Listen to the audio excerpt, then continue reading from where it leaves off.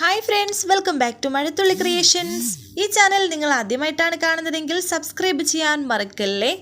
ഈ പ്രശ്നം മോദി പിരിപ്പിച്ചാൽ ഞങ്ങളുടെ കൂട്ട ആത്മഹത്യ മോൻ കാണേണ്ടി വരും എന്ന് യശോദ വരുണിനോട് പറയുമ്പോൾ വരുൺ പറയുന്നു, ഇത് നടന്നില്ല എന്നുണ്ടെങ്കിൽ എന്റെയും രാധികയുടെയും ആത്മഹത്യയായിരിക്കും നിങ്ങൾ കാണാൻ പോകുന്നത്. അമ്മയ്ക്ക് അത് കാണണോ എന്ന് ചോദിക്കുന്നു.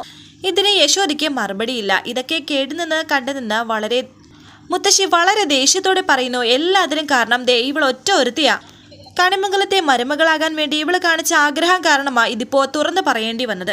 നിനക്ക് തൃപ്തിയായില്ലേ യശോദയെ വളർത്തി വലുതാക്കിയതിന് ഇവള് തന്ന കൂലി കണ്ടില്ലേ? ഇത് കേട്ട് വരുൺ പറയുന്നു, അവിടെ നിങ്ങൾക്ക് രണ്ടുപേർക്കും തെറ്റി. ഈ നിൽക്കുന്ന രാധിക ഞാൻ ഇഷ്ടപ്പെട്ട പെണ്ണാണ്. എത്രയോ നാളുകൾക്ക് മുന്നേ പരസ്പരം പ്രണയിച്ചവരാണ് ഞങ്ങൾ രണ്ടുപേരും. എന്റെ കുടുംബത്തിൽ ഞാൻ ആവശ്യപ്പെട്ടത് ദേവനാരായണൻ തിരുമേനിയുടെ മകളെ എനിക്ക് വേണ്ടി പെണ്ണ് ആലോചിക്കാനാണ്. അവര് ഇവിടെ വന്നതും കണ്ടതും സംസാരിച്ചതും പരിചയപ്പെട്ടതും പ്രിയങ്ക ആയിപ്പോയി എന്നും മാത്രം. അതുകൊണ്ട് ഞങ്ങളുടെ പ്രണയം ഇല്ലാണ്ടാവുമോ? ഇനി ഒരു സത്യം കൂടി അറിഞ്ഞോ, നിങ്ങളൊക്കെ പറയുന്നത് പോലെ ഇത്രയും കാലം എന്റെ കൂടെ ജീവിച്ച പ്രിയങ്കയുടെ ശരീരത്തെ പോലും ഞാൻ തൊട്ടിട്ടില്ല. എന്തിനാണ് ദേഹത്തിന്റെ കണക്ക്? അവളോ ഞാനോ മനസ്സിൽ പോലും തൊട്ടിട്ടില്ല. കാരണം എന്റെ കണക്ക് കൂട്ടലിൽ എനിക്ക് ഒരൊറ്റ പെണ്ണേ ഉള്ളൂ. അത് ഈ നിൽക്കുന്ന രാധികയാണ്. ഇവളാണ് എന്റെ ഭാര്യ. ഇതൊന്ന് തെളിച്ചു പറഞ്ഞ് ഇവളോടൊപ്പം ജീവിക്കാൻ വേണ്ടി മാത്രമാണ് ഞാൻ ഇവിടേക്ക് വന്നത് എന്ന് മുത്തശ്ശിക്ക് മനസ്സിലായോ എന്നെ വരുൺ ചോദിക്കുന്നു. കരഞ്ഞുകൊണ്ട് മോളെന്ന് വിളിക്കുകയാണ് യശോദ. രാധിക യശോദയുടെ അരികിലേക്ക് ചെന്നിട്ട് പറയുന്നു, രഹസ്യങ്ങൾ ഞാൻ സൂക്ഷിക്കാൻ നോക്കിയതാ അമ്മേ, പക്ഷേ കൈവിട്ടുപോയി. എന്നോട് പൊറുക്കനെ കരഞ്ഞുകൊണ്ട് രാധിക അമ്മയോട് പറഞ്ഞു. എന്നിട്ട് അവിടെ നിന്നും പൂജാമുറിയിലേക്ക് പോവുകയാണ് രാധിക. വരുൺ അവരോട് പറയുന്നു, അമ്മയ്ക്കോ മുത്തശ്ശിക്കോ അച്ഛനെ വിളിച്ചു വരുത്താം. എന്നിട്ട് ഈ സംഭവത്തിലെ ന്യായങ്ങൾ പറഞ്ഞ് അച്ഛനൊരു തീരുമാനം എടുക്കട്ടെ. പക്ഷെ ആ തീരുമാനം ഞാനും രാധികയും ഒരുമിച്ച് ജീവിക്കാനുള്ളതായിരിക്കണം. എന്റെ നിലപാടിന് ഇനിയൊരു മാറ്റം ഉണ്ടാവില്ല. ഇതേസമയം പ്രിയങ്ക ദേഷ്യത്തോടെ അവിടേക്ക് വന്നുകൊണ്ടിരിക്കുകയായിരുന്നു. ഈ സമയം പ്രിയങ്കയെ സാമൂല് വിളിക്കുന്നുണ്ട്. ഒരു ഗോൾഡൻ ചാൻസ് വന്നിട്ടുണ്ട്. ഒരു തമിഴ് പടമാണ്. ഒന്ന് ശ്രമിച്ചാൽ ഹീറോയിന്റെ വേഷം തന്നെ പിടിക്കാമെന്ന് സാമുവൽ പറയുന്നു. സാമുവൽ, ഞാൻ അല്പം തിരക്കിലാണ്, പിന്നെ വിളിച്ചാൽ മതിയോ എന്ന് പ്രിയങ്ക ചോദിക്കുന്നു. ഇത് അങ്ങനെ മാറ്റിവെക്കാൻ കഴിയില്ല. കാസ്റ്റിംഗ് നടന്നുകൊണ്ടിരിക്കുകയാണ്. 2-3 ദിവസത്തിനുള്ളിൽ ഷൂട്ടിംഗ് ആരംഭിക്കും. താനൊരു കാര്യം ചെയ്യും, ഞാനിപ്പോ പൂജപ്പുരയാണ്. താനൊന്ന് ഇങ്ങോട്ട് വരൂ, നമുക്ക് നേരിട്ട് കണ്ട് സംസാരിക്കാമെന്ന് സാമുവൽ. ഞാൻ പറഞ്ഞല്ലോ, ഞാൻ ഒരല്പം തിരക്കിലാണെന്ന് പ്രിയങ്ക. അത് കഴിഞ്ഞ് ഞാൻ സമയമുണ്ടെങ്കിൽ അങ്ങോട്ട് വിളിക്കാമെന്ന് പ്രിയങ്ക. സാമുവൽ പറയുന്നു, എന്ത് പറ്റി? എന്താ ഒരു ടെൻഷൻ പോലെ? എന്തെങ്കിലും കാര്യമായി ടെൻഷൻ ഉണ്ടോ എന്ന് ചോദിക്കുന്നുണ്ട്. ഇത് കേട്ട് പ്രിയങ്ക പറയുന്നു, ഉണ്ട്, എന്റെ ഫാമിലിയിൽ ഒരു പ്രോബ്ലം. ഓക്കെ, ഞാൻ വിളിക്കാമെന്ന് പറഞ്ഞ് പ്രിയങ്ക ഫോൺ വെച്ചു. അങ്ങനെ ഇപ്പോൾ പ്രിയങ്ക വീട്ടിലെത്തിയിരിക്കുന്നു. ഓട്ടോയിൽ രാധിക പൂജാമുറിയിൽ ഇരിക്കുന്നു. കരഞ്ഞുകൊണ്ട് ഭഗവാനോട് പറയുന്നു, ഭഗവാനെ, ഞാനിപ്പോ എന്താണ് ചെയ്യേണ്ടത്? ഇവിടെയുള്ളവരുടെ കണ്ണുനീര് കാണണോ അതോ വരുണിന്റെ സങ്കടം കാണണോ? കലിയോടെ അകത്തേക്ക് വരുന്ന പ്രിയങ്ക, അമ്മേ ചേച്ചി എവിടെയെന്ന് യശോദയോട് ചോദിക്കുന്നു. യശോദ ഒന്നും മിണ്ടാത്തത് കൊണ്ട് വീണ്ടും ദേഷ്യത്തോടെ പ്രിയങ്ക ചോദിക്കുന്നു, ചേച്ചി എവിടെയെന്ന്. വരുൺ അവിടെ ഇരിപ്പുണ്ടായിരുന്നു. വരുണിനെയും വളരെ ദേഷ്യത്തോടെ പ്രിയങ്ക നോക്കുന്നു. വരുൺ ചേച്ചി എവിടെയെന്ന് ചോദിക്കുമ്പോൾ രാധിക അകത്തുണ്ടെന്ന് വരുൺ. ഞാൻ രാധികേന്റെ ഭാര്യയായി കൂടെ കൂട്ടാനാണ് വന്നിരിക്കുന്നത് എന്ന് പ്രിയങ്ക പറയുന്നുണ്ട്. ഇത് കേട്ട് ഒന്നുകൂടി ദേഷ്യത്തിൽ നിൽക്കുന്നു. ഭാര്യയായിട്ടോ? അപ്പോൾ ഞാനോ എന്ന് പ്രിയങ്ക ചോദിക്കുന്നു. ഞാനും നീയും തമ്മിലുള്ള ബന്ധം എന്താണെന്ന് നിനക്ക് നന്നായിട്ട് അറിയാം. ഞാനും രാധികയും തമ്മിലുള്ള യഥാർത്ഥ ബന്ധം എന്താണെന്നും നിനക്ക് നന്നായിട്ട് അറിയാം. പിന്നെ ഈ ചോദ്യത്തിന്റെ ആവശ്യമില്ലെന്ന് വരുൺ പറയുന്നു. ഞാനും നീയും തമ്മിൽ ഇനി ഒരു ബന്ധവുമില്ല. ഇതൊക്കെ വെറും കൂളായി പറയുകയാണ് വരുൺ. എന്നാൽ ഇത് കേട്ട് പ്രിയങ്ക രാധികയെ കാണാൻ അകത്തേക്ക് പൂജാമുറിയിലേക്ക് പോകുന്നു.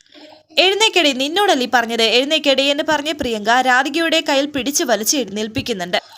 പുറത്തേക്ക് എന്ന് പറഞ്ഞ് രാധികയെ പിടിച്ച് തള്ളി. പ്രിയെ എന്ന് രാധിക പറയുമ്പോൾ, നീ എന്നെ പറ്റിക്കായിരുന്നല്ലേ എന്ന് പറഞ്ഞ് പ്രിയങ്ക രാധികയുടെ കഴുത്തിന് പിടിച്ചമർത്തുന്നു.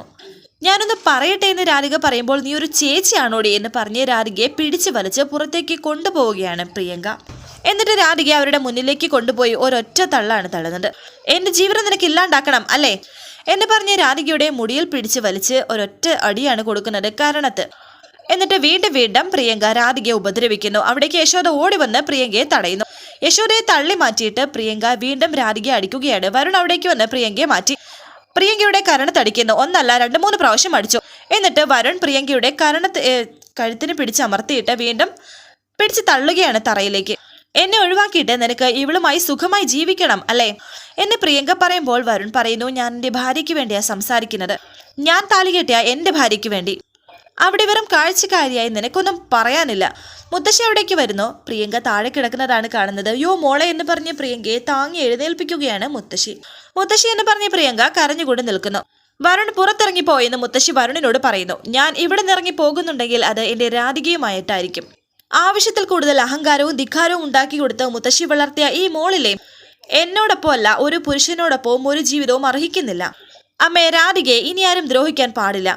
എന്താ തീരുമാനം എന്ന് വെച്ചാൽ നിങ്ങൾ എടുത്തോ എന്ന് പറഞ്ഞ് വരുൺ പുറത്തേക്ക് നിൽക്കുന്നു.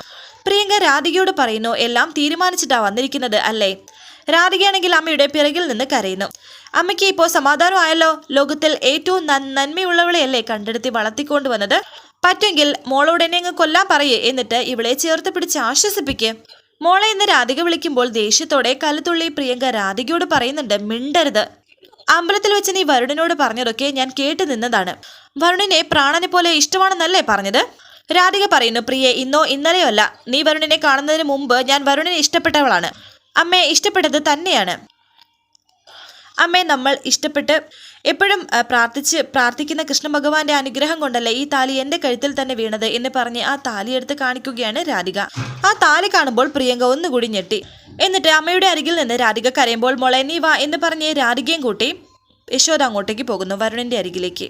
മോനെ, സംഭവിച്ചതെല്ലാം തെറ്റ്. ഒരിക്കലും മൂടി വെക്കാൻ കഴിയാത്ത ഒരു കാര്യമാണ് ഞങ്ങൾ ചെയ്തത്. ഇപ്പോൾ ഞാൻ ഇങ്ങനെ ഒരു കാര്യം ചെയ്താൽ എന്തൊക്കെയാണ് സംഭവിക്കുന്നത്, ആരൊക്കെ ബാക്കിയുണ്ടാകും എന്നെനിക്ക് അറിയില്ല. പക്ഷേ നിങ്ങളുടെ സത്യസന്ധമായ ഇഷ്ടത്തിൽ ഒരു ശരിയുണ്ടെന്ന് എനിക്ക് തോന്നുന്നു. അതുകൊണ്ടാണ് എനിക്ക് ഇങ്ങനെ പ്രവർത്തിക്കാൻ കഴിയുന്നത്. ആത്മാർത്ഥമായി മനസ്സോടെ ഞാൻ എൻ്റെ മോളെ എന്ന് പറഞ്ഞ് യശോദ രാധികയെ വരുണിന്റെ അരികിലേക്ക് ചേർത്ത് നിർത്തുന്നു. യശോദയെ എന്ന് അലറി വിളിച്ചുകൊണ്ട് മുത്തശ്ശി അവിടേക്ക് വന്നു. ദേവനാരായണനെ കൊല്ലാനാണോ നിന്റെ ഉദ്ദേശം? പ്രിയങ്കയുടെ ജീവിതത്തിന് എന്തെങ്കിലും സംഭവിച്ചാൽ ദേവനാരായണൻ പിന്നെ ജീവിച്ചിരിക്കുമെന്ന് നീ വിശ്വസിക്കുന്നുണ്ടോ? ഓർമ്മയുണ്ടല്ലോ, കണിമംഗലത്ത് നിന്ന് പ്രിയങ്കയ്ക്ക് പടിയിറങ്ങി വരേണ്ടി വരും എന്ന് പറഞ്ഞപ്പോൾ ദേവനാരായണൻ ആത്മഹത്യയ്ക്ക് ശ്രമിച്ചു. നിനക്ക് നിന്റെ വളർത്തുമകളെ സന്തോഷിപ്പിക്കണം, അവളെ കൈപിടിച്ച് കൊടുക്കണം. പക്ഷേ കൈപിടിച്ച് കൊടുക്കുമ്പോൾ ഒന്ന് മനസ്സിലാക്കിക്കോ, ദേവനാരായണന്റെ ജീവനാണ് വില പറയുന്നത്. ഇത് കേൾക്കുമ്പോൾ യശോദയും രാധികയും കരയുന്നുണ്ട്. ചെല്ലടി, ചെന്ന് അവന്റെ കൂടെ സുഖമായിട്ടങ്ങ് ജീവിക്കേ. പക്ഷെ ഒരു കാര്യം ഞാൻ പറയാം, എന്തെങ്കിലും സംഭവിച്ച് ദേവൻ തളർന്നു വീണാലോ അവസാനിച്ചാലോ പിന്നെ ഈ വഴി നീ വന്നു പോവരുത്. ഒന്ന് അവസാനമായി കാണാൻ പോലും എന്നൊക്കെ മുത്തശ്ശി രാധികയ്ക്ക് താക്കീത് കൊടുക്കുന്നു. രാധിക ഇപ്പോൾ അച്ഛനെ കുറിച്ച് ഓർക്കുന്നു. അന്ന് രാധികയെ ചേർത്ത് പിടിച്ച് അച്ഛൻ പറഞ്ഞതായിരുന്നു, ഇവളാണ് അച്ഛൻ്റെ അന്തസ്സുള്ള മകള്. ഇവളെ ഓർത്താണ് ഞാൻ അഭിമാനിക്കുന്നത്. എനിക്ക് ഈ ലോകത്തെ ഏറ്റവും പ്രിയം ഇവള് തന്നെയാണ് എന്നൊക്കെ പറഞ്ഞതായിരുന്നു. കുടുംബത്തിന്റെ മാനം രക്ഷിക്കാൻ ഒരേ ഒരാളേ ഉള്ളൂ, എൻ്റെ മോള് എന്നൊക്കെ ഇങ്ങനെ ഓരോ പ്രാവശ്യവും ചേർത്ത് പിടിച്ച് പറഞ്ഞതായിരുന്നു അച്ഛൻ. വരുണിന്റെ മുഖത്തേക്ക് കരഞ്ഞുകൊണ്ട് രാധിക നോക്കുന്നു. എന്നിട്ട് ആ പിടിവിടാൻ ശ്രമിക്കുകയാണ്. വരുണും ഇപ്പോൾ വിഷമത്തോടെ രാധികയെ നോക്കുന്നുണ്ട്. രാധികയുടെ തീരുമാനം എന്താകും എന്നറിയാതെ. അച്ഛനെ വേദനിപ്പിച്ച് എനിക്കൊരു തീരുമാനമെടുക്കാൻ സാധിക്കില്ലെന്ന് കരഞ്ഞുകൊണ്ട് രാധിക പറയുന്നു. ഈ ഒരു വാക്കിലാകെ തകർന്നു പോവുകയാണ് വരുൺ. എനിക്ക് വരുണിന്റെ ഭാര്യയാകാൻ പറ്റില്ലെന്നൊക്കെ കരഞ്ഞുകൊണ്ട് തന്നെ രാധിക പറയുന്നുണ്ട് വരുണിനോട്. ഒരിക്കലും പറ്റില്ലെന്നും പറയുന്നുണ്ട്. ഇത് കേൾക്കുമ്പോൾ പ്രിയങ്കയെ മുത്തശ്ശി അങ്ങ് സന്തോഷിക്കുന്നുണ്ട്. വരുണിനെ തല്ലി മാറ്റി പൂജാമുറിയിലേക്ക് കരഞ്ഞുകൊണ്ട് ഓടിപ്പോവുകയാണ് രാധിക. വരുൺ മുത്തശ്ശിയുടെ അരികിലേക്ക് വന്നിട്ട് പറയുന്നു, ഒരിക്കൽ കൂടി നിങ്ങൾ ജയിച്ചു അല്ലേ മുത്തശ്ശി? പക്ഷേ സത്യസന്ധമായ ഇഷ്ടം എൻ്റെ പെണ്ണിൻ്റെ മനസ്സിലുണ്ട് എന്ന് തിരിച്ചറിഞ്ഞിട്ടാണ് ഞാൻ പോകുന്നത്. അത് അവിടെ ഉള്ളിടത്തോളം കാലം വേറൊരുത്തി എൻ്റെ മനസ്സിൽ കയറില്ല. വരുണിന് വേറെ ഒരു ഭാര്യ ഉണ്ടാകില്ല. എന്നിട്ട് യശോദയുടെ കൈ പിടിച്ച് വരുൺ സ്നേഹത്തോടെ പറയുന്നു, അമ്മേ, ഞാൻ ഇറങ്ങുകയാണ്. അമ്മ ഇപ്പോൾ എന്നോട് പറഞ്ഞു തുടങ്ങിയ കാര്യങ്ങളിൽ ആത്മാർത്ഥതയുണ്ടെങ്കിൽ അമ്മ എന്നൊക്കെ പറഞ്ഞ് വരുൺ അവിടെ നിന്ന് പോകുമ്പോൾ യശോദ കരഞ്ഞുകൊണ്ട് നിൽക്കുന്നു. യശോദയെ എന്ന് മുത്തശ്ശി ദേഷ്യത്തോടെ വിളിക്കുന്നു. ഒരുപാട് കാലമായി അമ്മ ഈ ഭാരം ചുമക്കാൻ തുടങ്ങിയിട്ട്. കുടുംബത്തിന്റെ അന്തസ്സിന്റെ കാര്യം പറഞ്ഞാലും ദേവേട്ടന്റെ കാര്യം പറഞ്ഞാലും നമ്മൾ ചെയ്യുന്നത് തെറ്റ് തന്നെയാണ്. അവൻ നമ്മളോട് ചോദിച്ച ചോദ്യത്തിന് മറുപടി ഇല്ല എന്ന് പറഞ്ഞാൽ അത് തെറ്റാണ്, തെറ്റ് തന്നെയാണമ്മേ എന്നൊക്കെ പറഞ്ഞ് യശോദയും കരഞ്ഞുകൊണ്ട് അകത്തേക്ക് പോകുന്നു. മുത്തശ്ശി എന്ന് പറഞ്ഞ് മുത്തശ്ശിയെ ചേർത്ത് പിടിക്കുകയാണ് പ്രിയങ്ക. മുത്തശ്ശിയാണ് എന്നെ രക്ഷിച്ചത്, മുത്തശ്ശി ഇല്ലായിരുന്നെങ്കിൽ എന്ന് പ്രിയങ്ക. മുത്തശ്ശി ജീവനോടെ ഇരിക്കുമ്പോൾ നിനക്ക് ദോഷം വരുന്ന ഒരു കാര്യവും സംഭവിക്കില്ല മോളെ എന്നൊക്കെ പറഞ്ഞ് മുത്തശ്ശി പ്രിയങ്കയെ സമാധാനിപ്പിക്കുന്നുണ്ട്. പ്രിയങ്ക പറയുന്നു, ചേച്ചി കൂടെ ഇല്ലാതെ വരുൺ എന്നെ കണിമംഗലത്ത് കയറ്റില്ല. കണിമംഗലത്തേക്ക് തിരിച്ചു പോകണമെങ്കിൽ ചേച്ചിയെ കൂടെ കൊണ്ടുപോയേ പറ്റൂ. ഇതിൽ മറ്റെന്തെങ്കിലും വഴി എന്തായാലും മുത്തശ്ശി കണ്ടുപിടിച്ചിരിക്കും. അവിടെ പോകുമ്പോൾ പത്മിനിയും രാധികയ്ക്കെതിരാണ്.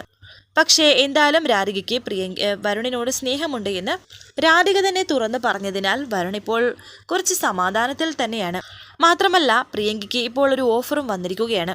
പ്രിയങ്ക ഇനിയും കണിമംഗലത്ത് നിൽക്കാൻ തയ്യാറാകുമോ അതോ ഇനി ഒരു നടിയാകാൻ ശ്രമിക്കുമോ? വരാനിരിക്കുന്ന പുതുപുത്തൻ എപ്പിസോഡുമായി വീണ്ടും കാണാം. Thank you for watching. Please subscribe, like, share my channel.